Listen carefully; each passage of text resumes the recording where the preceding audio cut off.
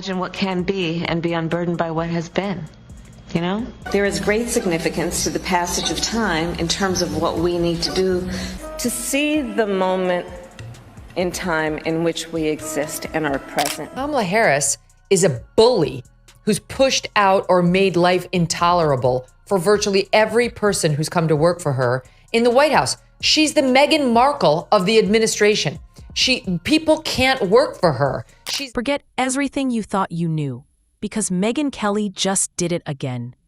You know that move where she strolls into political chaos, drops a truth bomb, and walks out like she just won a debate nobody else was invited to? Yeah, that one. This time, her target is Kamala Harris, and let's just say it's not pretty. From awkward laughs to Olympic-level verbal gymnastics, Megyn's got the receipts, the sass, and absolutely zero chill. Buckle up, because this one's going to sting harder than a Kamala word salad. Kamala Harris, who decided to pop up this week at the Leading Women Defined, what a terrible name for a summit, the Leading Women Defined Summit in California, and had this to say, SOT 26. Each day in these last few months in our country, and it understandably creates a great sense of... Kamala Harris, dumb as ever. I mean, she looks drunk to me. She always I don't want to I don't want to throw around any crazy charges here, but that's not... Before we go any further, smash that like button and subscribe. Trust me, you don't want to miss this. Kamala Harris was having one of those weeks again. The kind where the teleprompter sighs before she does. The audience blinks in confusion, and her laugh echoes through eternity like a haunted ringtone from 2019. Just when she thought things couldn't get more awkward, Megyn Kelly decided to step into the ring. Kamala Harris is having her moment in the sun. I heard you guys talking about this on your show. And she's in a great mood, and she actually has reason to be. Her books are selling fast, like wildfire. 350,000 copies sold so far, which is actually really good. I actually can't wait to see when she hits the New York Times bestseller list if she has the little asterisk next to her number, which not everybody knows means that you used bulk sales to get there. Because someone had to say what everyone was thinking. The vice president has officially turned word salad into a full-time profession. Megyn didn't bring a shovel, she brought an excavator. Watching Kamala's public appearances, Megyn looked like a scientist observing a confused hamster trying to open a jar. Fascinated, disbelieving, and wondering, is this really happening? She can't do it. She cannot do it. She's desperately trying to be Oprah, and she can't be Oprah. And as it turns out, Oprah is kind of a psychopath. I'm going to do a piece on this at some point. Honestly, we were raised by wolves, those of us who watch that show religiously. I figured it out at 54. In any event, Kamala Harris is not even as good as the fake Oprah, never mind the real one. And I don't know, you guys, you seem to be very bullish on her newfound confidence and think that this sales number is going to encourage her to actually run again. I mean, I'll start with you on that, Andrew. Do you believe that? Every time Kamala starts speaking, somewhere an English teacher softly cries into a red pen. Then Megyn Kelly shows up, and suddenly, it's like the lights came on at the end of a very weird party. The music stops, the laughter fades, and there stands Kamala, holding a metaphorical martini of metaphoras, leaps, and motivational gibberish.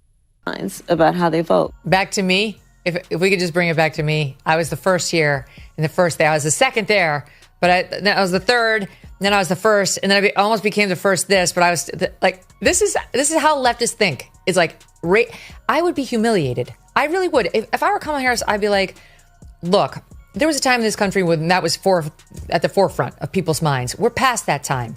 Look at my stellar resume. Thanks to this great country, I've achieved all. No, she can't do it. I was first, then second, then I was first again, then I was like. That's when Megyn simply pointed out what millions had been pretending not to notice.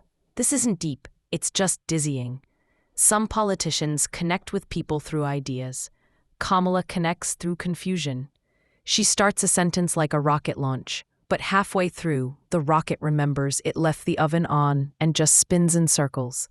It's like watching GPS directions argue with themselves. Turn left. No, right. Actually, just laugh awkwardly and hope no one notices. I mean, I love it. I want it, but why? I think, well, all politicians operate inside a bubble, and in her bubble, this reinforces the view that she's still anointed, and she will go forward, and I think she will run again. I think the Washington Post, though, had a great. They said her book tour is even less compelling than her campaign. I think sort of describes it. It's been a shock to me. I will say this. I have not read the book. I've read the excerpts that were in the Atlantic, and I've read about it. And it does seem there's some juicy tidbits in the book, and maybe it's a better book than we. And Megyn, she wasn't having it. She's seen chaos before. She's debated political gladiators and weathered media storms. But nothing could prepare her for the linguistic origami Kamala calls communication. It's not that Kamala's words make no sense. It's that they make the wrong kind of sense, like poetry written by a malfunctioning Roomba. Megyn broke it down. Every time Kamala speaks, the internet braces for impact. Clips flood TikTok, memes multiply. And somewhere Elon Musk sighs, knowing he'll have to ban another Kamala bot parody account.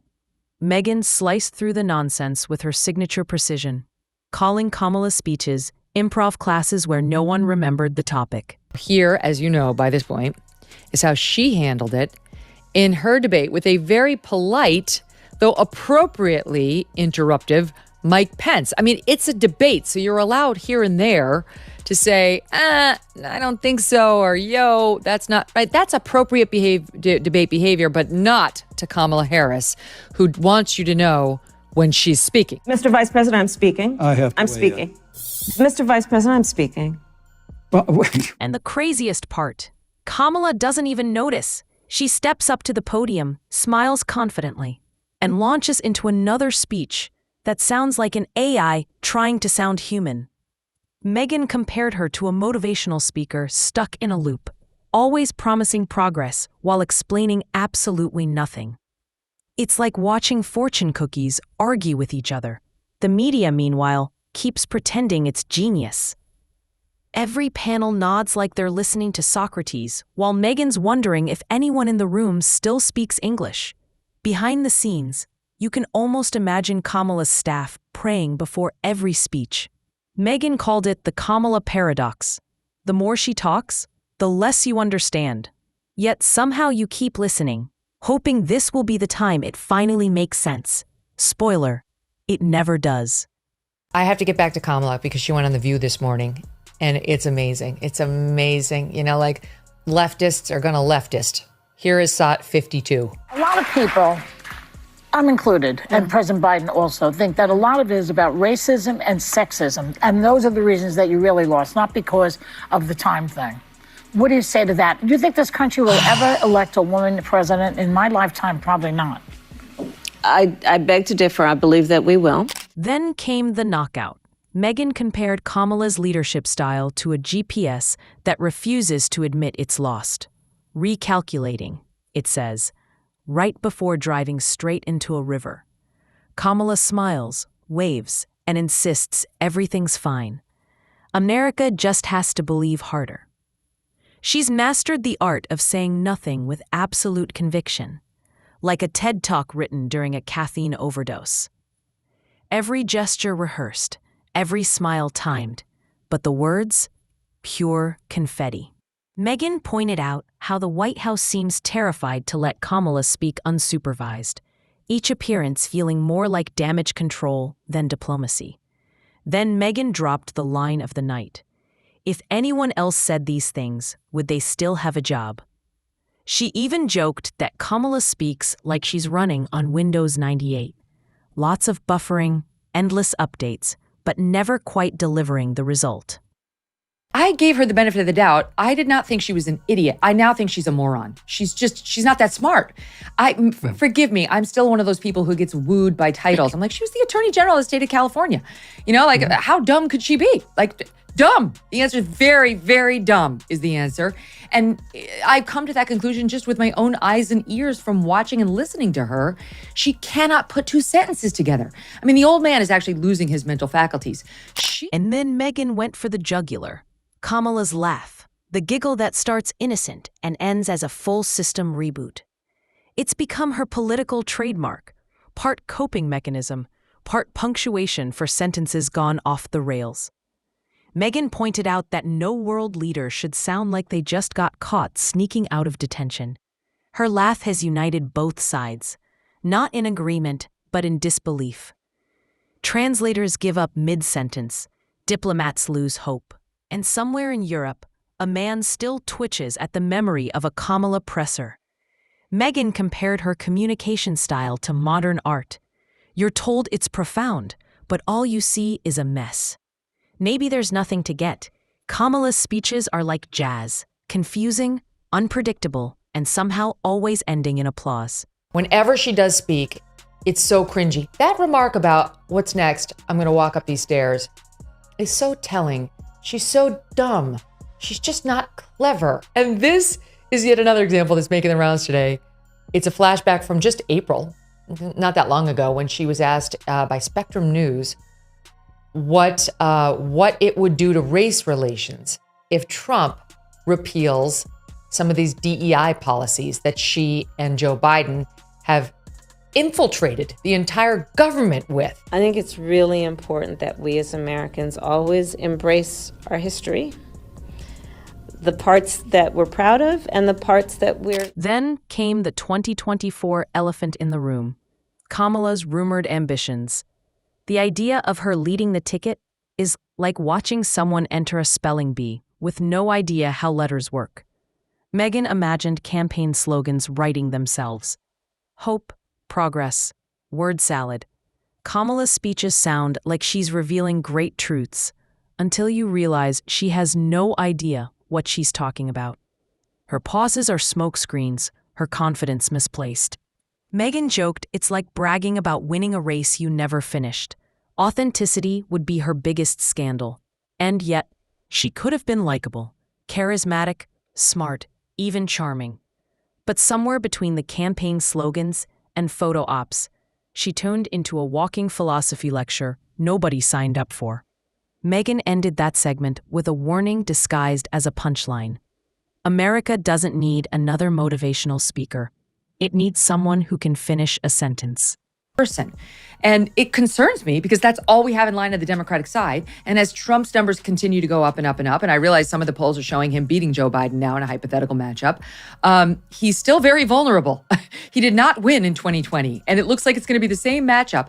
And honestly, Joe Biden's knocking on, the Grim Reaper's door, and she could be the president of the United States in the next 6 years by default, if things go, in a dark and upsetting way. At this rate, Kamala's legacy might just be making people nostalgic for silence. Megyn hit hard. Kamala isn't underestimated. She's overestimated by people too afraid to admit she's out of her depth. Every time her name trends online, the internet braces for another viral word maze. Megyn doesn't rage. She observes, calmly dismantling the illusion. It's not cruelty, it's clarity. Kamala's endless speeches, smiles, and loops of logic aren't leadership. They're symptoms of a vacuum filled with nervous laughter. Megyn just stands there, sipping coffee, watching the circus, reminding everyone that the emperor's fully clothed, only in their imagination. Kamala Harris, let's face it, was a DEI hire as vice president and would have been a DEI hire had we voted her in as president. She was just out in Australia, as an aside, this week because some real estate conference hired her to speak. She's represented by CAA here in America, one of the biggest agencies out there. And they're apparently having trouble finding jobs for her domestically because they had to ship her halfway around the world in order to get a paid gig. And I just want the audience to know, this is how she sounds. This is what they paid, I don't know how much for. She sounds just like Kamala Harris. Meanwhile, Kamala continues her world tour of circular logic. She waves, she laughs, she explains the meaning of the moment. Her team claps, the headlines spin, and Megyn Kelly smiles knowingly, because once you see through the fog, you can't unsee it. One woman armed with questions, another armed with slogans, One speaks clearly, the other in riddles. And in the battle between clarity and confusion, there's no contest. Kamala's speeches are starting to sound less like leadership and more like a malfunctioning inspirational podcast. Behind the scenes, her staff scrambles to explain what she meant to say, like translators working overtime at the United Nations of Confusion. Megyn just watches, the calm teacher who's seen too many bad book reports. Look, I am a woman. I have a daughter. I hate the fact that there's been no female presidents. I really do. I hate the fact that when you take out your little placemat, when your kids are learning the presidents, there's no female face on there, and then you have to explain why. It's effed up. I would love to see a female president, like a Margaret Thatcher type, somebody who's strong and serious and sober and respected. This ain't it. I am telling you, America is not going to elect this Nimrod as its first female president. I trust in them too much for that. They're not that dumb, and they're not that open. At this point, Kamala's predictability is almost comforting. You know what's coming. A profound-sounding opener, a dramatic pause, and a closing that says absolutely nothing. It's practically performance art. Her rhythm has become her signature. Confidence, abstraction, laughter. The audience claps because they think they're supposed to, while Kamala beams, blissfully unaware she's become her own punchline. Megyn doesn't exaggerate. She doesn't need to. The truth is funny enough.